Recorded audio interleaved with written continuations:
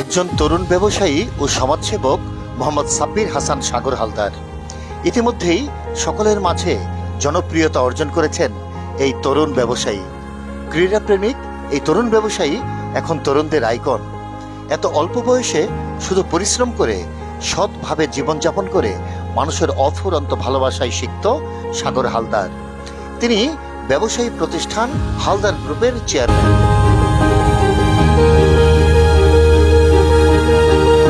মুন্সিগঞ্জের টুঙ্গিবাড়ি থানার যশোলং ইউনিয়নের সেরাজাবাদ হালদার বাড়িতে 1992 সনের 5 জানুয়ারি জন্ম এই তরুণ ব্যবসায়ী মোহাম্মদ সাব্বির হাসান সাগরের।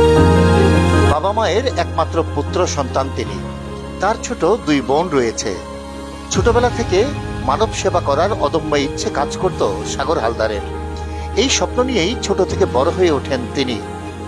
এই বয়সেই 7 বছর প্রবাস জীবন কাটিয়েছেন সাগর হালদার। গড়ে তোলেন হালদার গ্রুপ নামে ব্যবসা প্রতিষ্ঠান।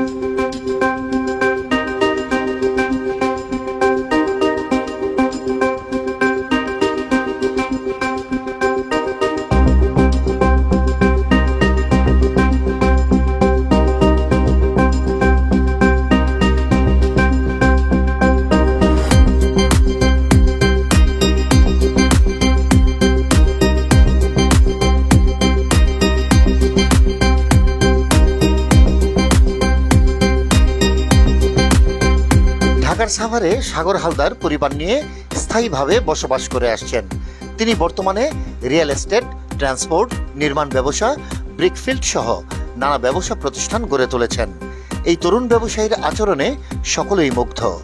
ঢাকার পুরানা পল্টনে রয়েছে তার নিজস্ব অফিস, যেখান থেকে তিনি তার সকল ব্যবসা পরিচালনা করে থাকেন। মোহাম্মদ সাব্বির হাসান সাগর হালদারের অফিসের স্টাফ এবং সাভারের বিভিন্ন স্তরের লোকজন বলেন, অসহায় মানুষের জন্য সাগর হালদার সবসময় সহযোগিতার হাত বাড়িয়ে দেন। তিনি একজন মানবিক মানুষ। তরুণ প্রজন্মকে মাদকের হাত থেকে বাঁচাতে তিনি ধর্মীয় শিক্ষা, খেলাধুলা ও সাংস্কৃতিক কর্মকাণ্ডে নিয়োজিত থাকার উৎসাহ দেন।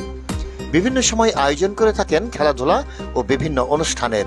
এতে করে বিপথগামী যুবকদের ভালো কাজে ফিরে আসার মন মানসিকতা তৈরি হয়। মুন্সিগঞ্জের টঙ্গিবাড়ি এলাকার যশোলং ইউনিয়নের সর্বস্তরের লোকজনের কাছেও জনপ্রিয় এই তরুণ ব্যবসায়ী ও সমাজসেবক। এলাকাবাসী জানান, মোহাম্মদ সাব্বির হাসান সাগর হালদারের মতো লোক জনপ্রতিনিধি হিসেবে নির্বাচিত হলে এলাকার উন্নয়ন ও সাধারণ মানুষের উপকার হবে। এছাড়াও তিনি সারা বাংলাদেশে পরিচিত হয়ে উঠেছেন।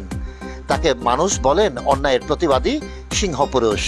হালদার গ্রুপের চেয়ারম্যান মোহাম্মদ সাব্বির হাসান সাগর হালদার বলেন, আমি সবসময় মানুষের সেবা করে তৃপ্তি অর্জন করি।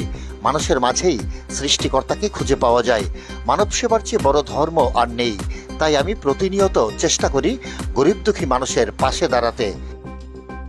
আমি মানুষের অফুরন্ত ভালোবাসা নিয়ে পৃথিবী থেকে চলে যেতে চাই। তিনি আরো বলেন, পরিশ্রম সুখের চাবিকাঠি। যারা পরিশ্রম করে না তারা কখনো বড় হতে পারে না। আমি এই বয়সে অত্যন্ত পরিশ্রম করি, প্রতিটি কাজকে মূল্যায়ন করি। এর জন্যই সৃষ্টিকর্তা আমাকে আমার পরিশ্রমের মূল্যায়ন করেছেন। আমি নিঃস্বার্থভাবে মানুষের পাশে থাকতে চাই। CNI news desk.